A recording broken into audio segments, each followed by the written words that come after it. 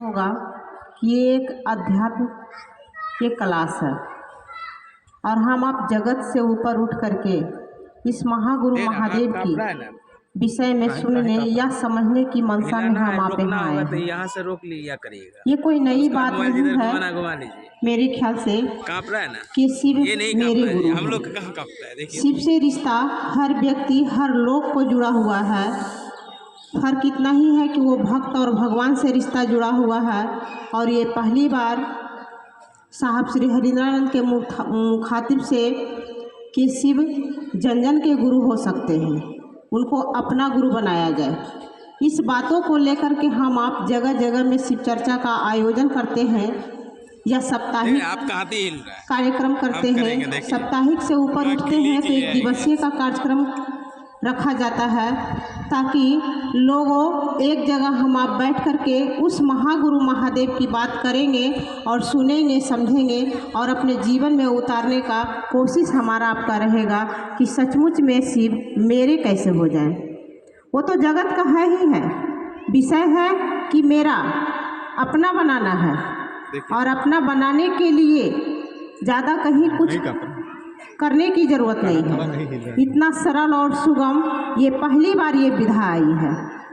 बहुत सारे ऐसे गुरु हैं जिनको हम अपना बनाने के लिए बहुत सारे बंधनों से हम आप बैठेंगे तो घिरते हैं। उसके बाद है जो हम उस चीज़ों से मिलन होता है, लेकिन ये पहली बार है कि हर बंधन को मुक्त कर देने वाले ये शिव गुरु हैं। कोई बंधन, कोई शर्त, कोई नियम, कोई कानून, कोई जात, कोई धर्म कहीं कुछ नहीं दर्शाया गया है। ये केवल आपके मन, आपके विचारों पे आधारित है। आपका मन क्या सोचता है, क्या नहीं सोचता है, उसी पे ये रिश्ता है। क्योंकि दीदी समझना होगा, क्योंकि रिश्ता मन बनाता है, चेला भी मन बनता है। और ये संबंध किसका है? गुरु और चेला का। तो ज़रूरत किसका है? मन का। नहीं, ये ज़रूरी नहीं है कि बहुत सारे चीज़ का ज़रूरत है, कुछ की ज़रूरत नहीं है। यहाँ कहीं कुछ की ज़रूरत नहीं है। ये एक माइक का भी ज़रूरत है तो ये लोगों को सुनाने के लिए, ऐसा नहीं कि ये शिव को गुरु बनाए हैं इसके लिए ही ये ज़रूरत है, ऐसा कहीं नहीं है। केवल ये मन से आधारित है कि शिव मेरे हैं।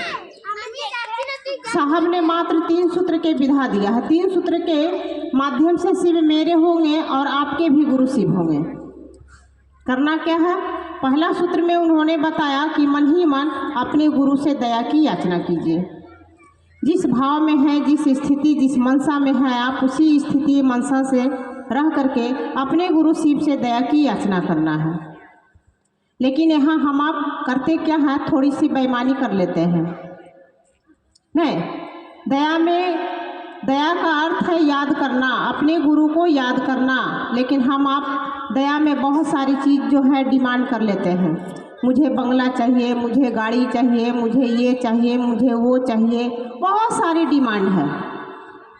समझ नहीं है, इसके लिए हम आप नश्वर चीज़ को हम आप मांग लेते हैं जो कि वो हमारे आपके कुछ काम के नहीं है।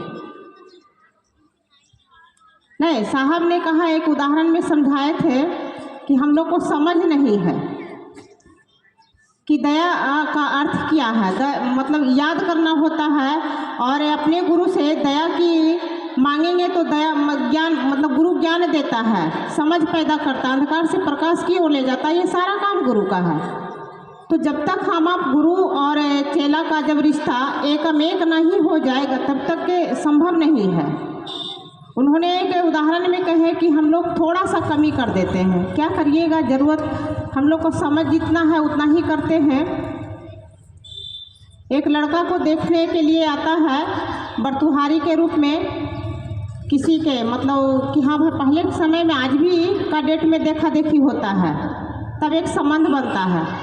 तो जब देखने के लिए लड़का को लड़की के तरफ वाले लोग आते हैं तो सारी बात, सारी चीज़ जब हो जाता है तो लड़की के पिता को भी लड़का पसंद आ जाता है। उन्होंने काफ़ी खुश हुआ और खुशी से मन से बोलता है कि बाबू रे आपको क्या चाहिए बताइए, हम बहुत खुश हैं, हर रिश्ता, हर चीज़ हमको पसंद आया। आप कोई ऐसा चीज़ है जो डिमांड कीजिए, हम उस डिमांड को पूरा करेंगे। उन्होंने बोला, लड़का क्या बोलता है कि मुझे एक टेलीविज़न दे दीजिए, नहीं रेडियो दे दीजिए, रेडियो हमको चाहिए। उसके और साथी संबंध थे, उन्होंने पीछे से कहता है अरे रेडियो नहीं, एलईडी मांगना, एलईडी। वो बार बार रिपीट कर रहा है, नहीं मुझे रेडियो की ज़रूरत है, रेडियो चाहिए। तो कहने का मतलब है कि जितना उसको समझ था उतना ही ना मांगेगा। हमारी आपकी भी ये समझना होगा। यानी साहब का कहने का मतलब है कि ज्ञान में सब कुछ है। अगर हम आप दया के जगह पर ये बंगला, गाड़ी, ये बहुत सारी चीज़ डिमांडें ना मांग करके खाली मन से थोड़ा सा ये हो जाए कि महादेव आप ही मेरे हो जाइए, मुझे कुछ की ज़रूरत नहीं है, तो आपको क्या ज़रूरत है कि खुल करके बंगला मांगने का? मेरे ख्याल से तो नहीं ज़रूरत है। क्योंकि जब गुरु ही मिल जाएंगे तो सारी इच्छाएं की पूरी हो जाएगी, सारी मन्नतें आपकी पूरी हो जाएगी।